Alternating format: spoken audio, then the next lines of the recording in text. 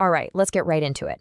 We keep hearing that the Federal Reserve is cutting interest rates, which sounds like it should be fantastic news for homebuyers, right? But the housing market is still, well, it's stuck.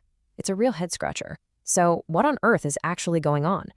So, on the surface, the story seems really simple. The Fed is doing exactly what you'd think they'd do to get things moving.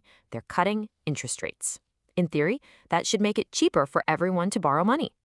But then you hear this, and it's coming straight from the top, from Fed Chair Jerome Powell himself.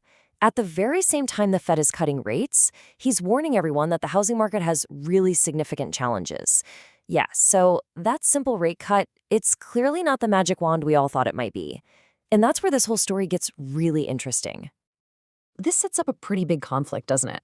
So in this first part, let's explore that massive gap between the hopeful headlines and the pretty harsh reality on the ground. So get this. The Fed has cut rates, not once, not twice, but 3 times in a row this year. And what's happened in the housing market? Not much. In fact, activity is still super weak. People aren't rushing out to buy houses. The whole sector is just sluggish.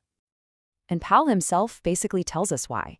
He's pretty much saying, look, a tiny 0.25% cut, that's not going to move the needle for the average person trying to buy a home. It's a really blunt admission that the real problems here run much, much deeper than the cost of borrowing. Okay, so if rate cuts aren't the answer, what is the real problem? Let's dig into what's actually jamming up the gears of the housing market. So, according to Powell, it all boils down to 2 huge issues that, have basically nothing to do with the Fed's recent actions.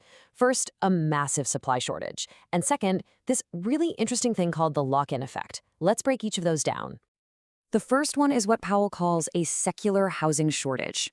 Now, don't let the word secular throw you off. It just means this has been a problem for a long, long time. It's not a temporary dip. For years, we simply haven't built enough houses to keep up with the number of people who need them. Bottom line, you can't buy a house that doesn't exist.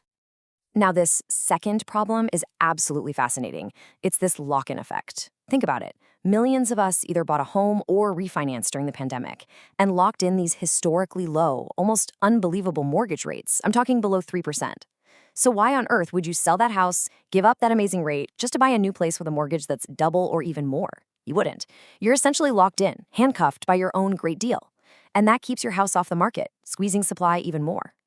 So we've got a supply shortage and this crazy lock-in effect, which brings us to a really critical point. The Federal Reserve, well, they just aren't equipped to solve these kinds of problems.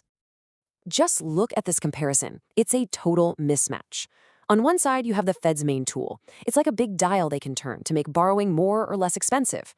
On the other side, the housing market's core problem is that there literally aren't enough houses. It's like bringing a hammer to a job that needs a whole construction crew. It's the wrong tool for the job. And don't just take my word for it. Here is Powell in his own words, basically saying, hey, we don't have the tools for this.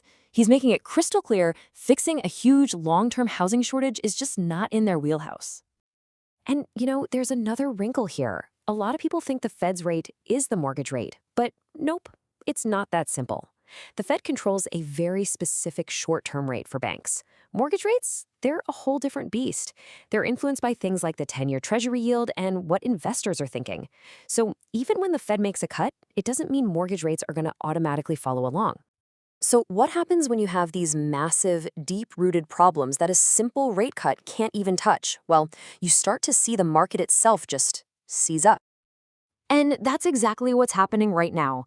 You've got buyers on the sidelines because prices are still sky high. But sellers, they're sitting on those sweet, low mortgage rates, and they don't want to budge on their price. And what do you get? A standoff.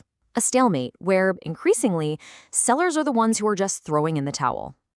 And we've got the numbers to back this up. Check this out. In October, the number of homes being pulled off the market, or delisted, shot up by a whopping 38% compared to the same time last year. That's huge. Sellers are literally just saying, forget it, it's not worth it right now. And this isn't just a one-month fluke either. It's a pattern. Since June, about 6% of all homes listed for sale have been taken off the market every single month. It's a consistent trend of sellers retreating, which, you guessed it, just makes the whole inventory problem even worse. So what does all this add up to? Well, it means this year now holds the record for the highest rate of delistings since we even started tracking this stuff. This isn't just a slow market, folks. It's a market that's fundamentally paralyzed by forces that the Federal Reserve just can't control. Which leaves us with one giant, unanswered question. The Fed has straight up admitted its tools are wrong for the job. Rate cuts aren't the cavalry coming to the rescue. So, if the solution isn't going to come from our central bank, who does have the tools? Where is the answer going to come from? That is the challenge that's going to define the future of housing in this country.